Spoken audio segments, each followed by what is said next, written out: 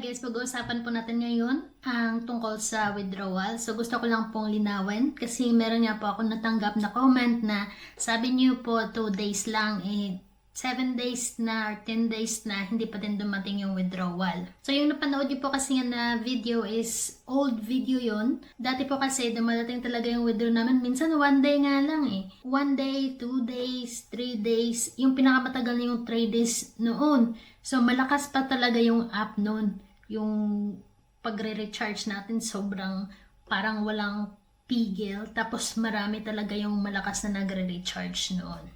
So, ito na nga po, binago nila yung processing ng withdrawal. Kung napapansin niyo po, kapag nag-withdraw kayo, ganito. So, kapag nag-withdraw tayo, makikita natin dito yung option. Kapag first time mo pa lang, merong 600 na option dyan. Pero after mo ma-withdraw, ito na yung lalabas. Yung 2,000 diamonds, 10,000, 20,000, 100 to 1 million diamonds. Dito po, kapag i-click niyo yung withdraw, automatic na makikita mo yung details nyo dyan, di ba? Dito sa ilalim ng withdrawal amount or amount received, makita nyo po yung note dyan bago nyo i-agree or i-check itong I have read. Nakasulat po dyan sa note, it may take up to 7 business days for withdrawal to arrive in your account due to remittance fees and regional taxes, and actual amount received shall be subject to your account.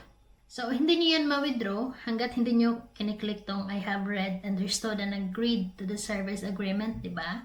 Ayan na, nakasulat naman dyan na up to 7 business days. Kapag dumating na yung withdrawal ninyo, meron niyang darating na prompt message dito.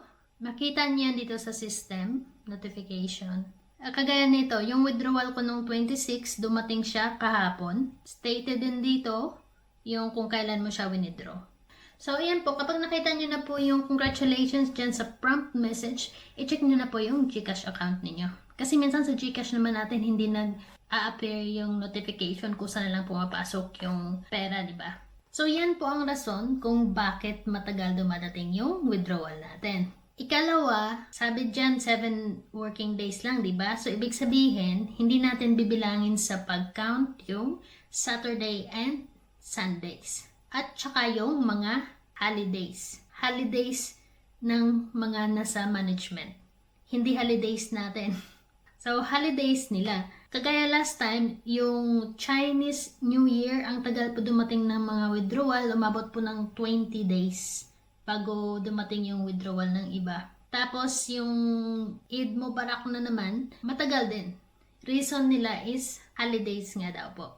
Pero merong nag-leak na ang sabi is no fund. So, dati naman kasi kahit mga holidays, mabilis pa din yung pag-process nila ng withdrawal. Sa mga matagal na po sa HiFami app, makikita niyo din po yung changes. Kasi sa daming pinagbago ng HiFami app, ang dami nilang tinanggal na benepisyo, tiga ng weekly task, Minecart, tinanggal na din nila ngayon, yung family head income, tinanggal din nila. So, lahat ng users, kahit captain ka pa, co-captain ka pa, para ka na lang ding isang member. Yan po yung isa sa dahilan kung bakit marami po talaga ang nag-delete account, uninstall, at saka mas pinili nila na lumipat ng ibang apps. Kasi sa ibang apps, meron talagang benepisyo kapag leader ka.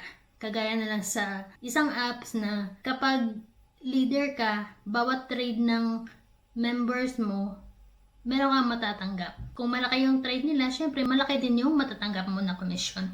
Tapos doon sa app na yon, hindi mo kailangang mag-recharge para kumita. Ang kailangan mo lang gawin is magsipag ka mag-tasking.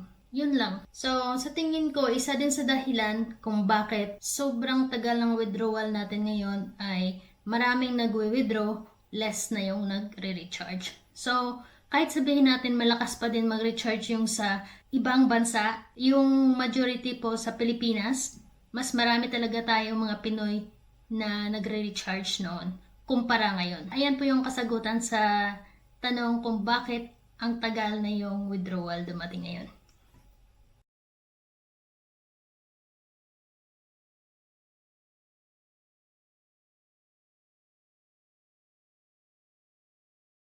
You'll see us for our next video. Thank you for watching.